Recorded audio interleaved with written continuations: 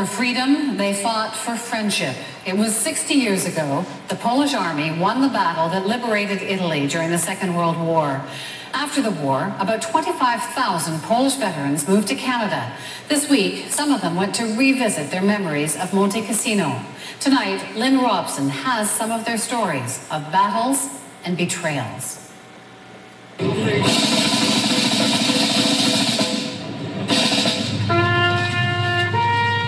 Echoes of the past.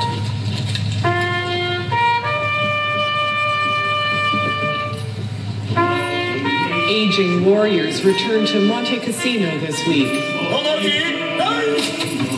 There were soldiers in tidy lines and solemn ceremonies for the dead.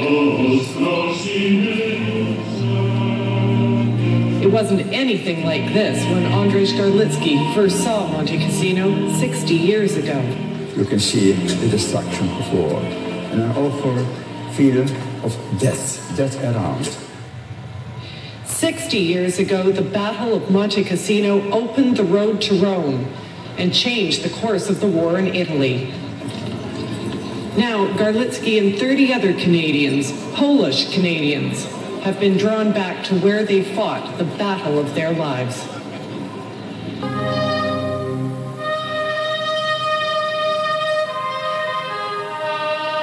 And then on May 18th, 1944, the Polish flag was raised at the top of the hill. Victory. The liberated Italians adored them. Churchill congratulated them. King George decorated them. They were determined warriors, but for the most part, their stories have gone untold here because they were not Canadian warriors, but Polish combatants. Immediately after the war, about 25,000 Polish veterans moved to Canada. Collectively, their story is of battles won, but it's also of betrayal at the hands of their closest allies. The war began soon after dawn on September the 1st, 1939, when the forces of Nazi Germany entered Poland. Hitler poured 1 million troops into Poland, and then, just 17 days later, things got even worse. But on the 17th of September, Poland was stabbed in the back. Russia attacked from the east, and the country was partitioned.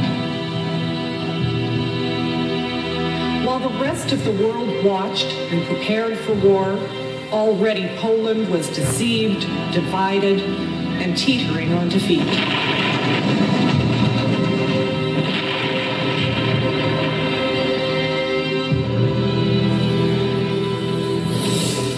Pinkowski's favorite place is his backyard. The music of wind and trees reminds him of Poland before the war. But in 1939, home was a dangerous place for men of military age. At the beginning of war, my father was next to me. He was shot by the man with the red bandana. It was 1939. Pinkowski and 1 million other Poles were arrested and sent to labor camps in northern Russia. Frigid winters, no warm clothes. But there were even worse things than that, says Pinkowski. Worst time was when they tried to investigate you in the prison. Because I know you call it torture, they'll beat you up and trying to say what they want you to say. In the skies over Europe and seemingly a world away, others waged the battle to free the Poles and Poland.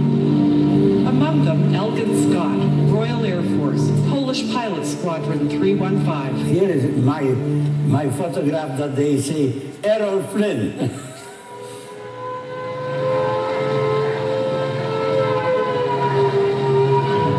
It was a good time to be a Polish pilot in England. They'd earned star status during the Battle of Britain. September 15, 1940, the worst day of the Battle of Britain, 40 British fighters died to kill 183 German planes.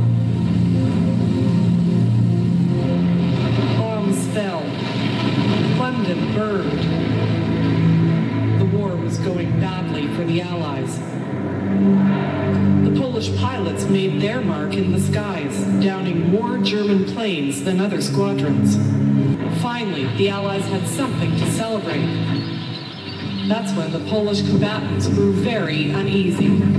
We kept on going because we wanted to get rid of that enemy, although we already knew that we're betrayed by our closest friends. Betrayed by the politicians. All along, Churchill and Roosevelt had promised Poland its territory would be restored after the war. But as early as 1943, long before the war ended, Churchill and Roosevelt promised Stalin Poland was his. Rumors of the secret deal began circulating. The German command agreed to the surrender of all German armed forces. So even the announcement of peace was bittersweet for Polish soldiers, says Stefan Pedowitz. We couldn't go home. We all of a sudden, after all those fightings with displaced persons, we figured we spilled our blood for our country, not for British or for Americans or for anybody else. But it proved again that we can always count only on ourselves, nobody else. A friend is always good to sign the treaty. At the end, you are not needed, so forget it. And in post-war London, the Poles were not needed, not even very welcome. And in Britain, the enormous cost of waging war had left the country close to bankruptcy. Jobs were needed for British soldiers, and the new Labour government still thought of Russia as a friend. Out of concern of offending Stalin, the British government betrayed the Poles one more time. London, 1946, the big victory parade. All the members of the Allied forces were there, from Canada to the Seychelles Islands. But Poland was barred from marching in the grand parade. We were disappointed and bitter and angry because we were fighting with no future. We knew no future. Yalta already was there, Tehran was there. We were sold by Churchill and Roosevelt to the Stalin, and Stalin did what he wanted, he get what he wanted. It was a sober evening, I remember. We were sitting with our friends. I remember this was after the supper in a mess, and we were just discussing our future, what would happen to us, what are our chances of us to go back to Poland, whether we will be going directly to the prisons of what. In London were parades where the English girls climbed on top of the lamppost and they took all their clothes off. No, there was fantastic, you know, the feeling for the Britishers. The war was won, yes, and they were terribly happy. But most of the Polish pilots, we were all at the aerodrome, staying in a bar and drinking. We didn't join. Stali do życia wiecznego, zmiłuj się nad nami.